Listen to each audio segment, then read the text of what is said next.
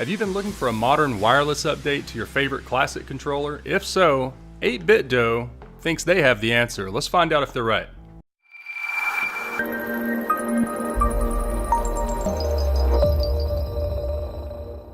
A little backstory about why this controller might be what I've been looking for. Back in the old days, in the 8 and 16-bit era, companies gave us some great D-pads to play our games with. The 32 and 64-bit era introduced analog sticks that opened up 3D worlds to us, but the D-pads seemed to be an afterthought. The PS3 and 360 finally gave us the wireless standard we had been wanting for years. It seems that we could never get all these things we want on one controller. Wireless, a great D-pad, great analog sticks, but the question is, in 2018, why can't we have it all?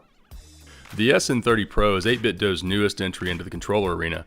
With this one, they're obviously trying to blend what we love about retro controllers with the analog and the wireless benefits of the more modern. Clearly, it's inspired by and basically a clone of the original SNES controller's shape. The controller connects via Bluetooth or USB. There's a USB-C port on the back of the controller for a wired connection and for charging the internal battery. Now give me a second to preach the gospel of USB-C. It's reversible, it's convenient. I'm so glad to see this connection's finally becoming the standard. It's way overdue. To the sides of the USB-C port, you have the L1, L2, R1, and R2 shoulder buttons and triggers. It's kind of a miracle that they've squeezed 4 buttons into such a thin design where it was only intended for 2. It's a tight fit for sure, but still nice to have the added triggers. Now keep in mind, these triggers are digital and not analog though. There's really not much to see on the front edge of the controller. You'll find 4 LED indicators to show what mode of connection you're in. And apparently, if you have 4 of these controllers, it'll also indicate which player you are, but I was unable to test that as I only have the one controller. Just like on an SNES controller, on the front you'll find a D-pad, a select, start, A, B, X, Y buttons. The one thing you don't expect to see on an SNES styled controller though are these 2 analog sticks. So basically, 8Bitdo has fit the things we think of in a modern controller and all of the things we expect to see in a classic controller into one of the most comfortable old school controller designs of the 16-bit era. With all the things they've been able to fit into this controller, and as comfortable as it is, none of that really matters unless the games play well. And well, to be honest, that's actually where this thing shines. The D-pad is spot on. It feels similar from a material standpoint to the original SNES controller. It's not mushy at all. The ABXY buttons are all clicky. They feel really good. They're super responsive. The BA buttons are convex and the XY buttons are concave, just like on the original SNES controller.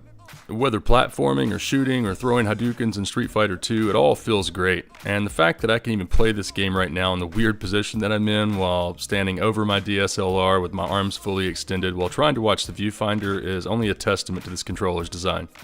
The input latency on this controller seems really low. I can barely feel the difference from an official controller, and it actually takes me playing a game like Super Mario World that I have so many hours in to even see a small difference. But if you'd like to see some testing, Lon.tv here on YouTube has some hard data and numbers on the latency. If you're interested, he has a great channel that actually shoots some high-speed video to run his testing. I'll put the link in the description below.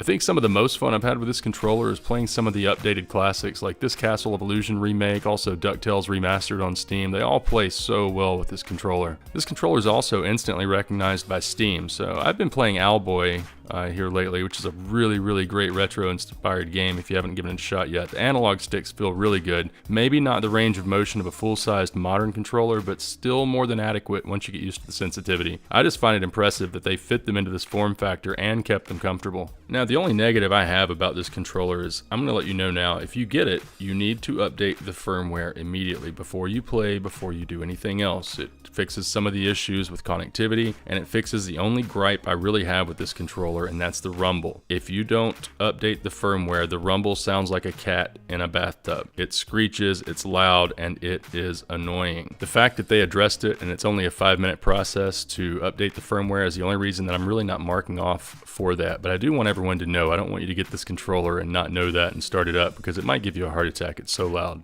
I've been burned badly by third-party controllers over the last decade and a half, but this one hits the mark. It's my new go-to controller for indie and retro titles. I'm really impressed with this offering from 8Bitdo. That's going to be it for me today, guys. Thanks for checking out the first video on this channel. Be sure to like and subscribe if you enjoyed it. If you have any questions or comments, leave them below, or you can ask me on Twitter. I'll leave a link to that as well in the description. Have a good day, everyone. I'll see you next time.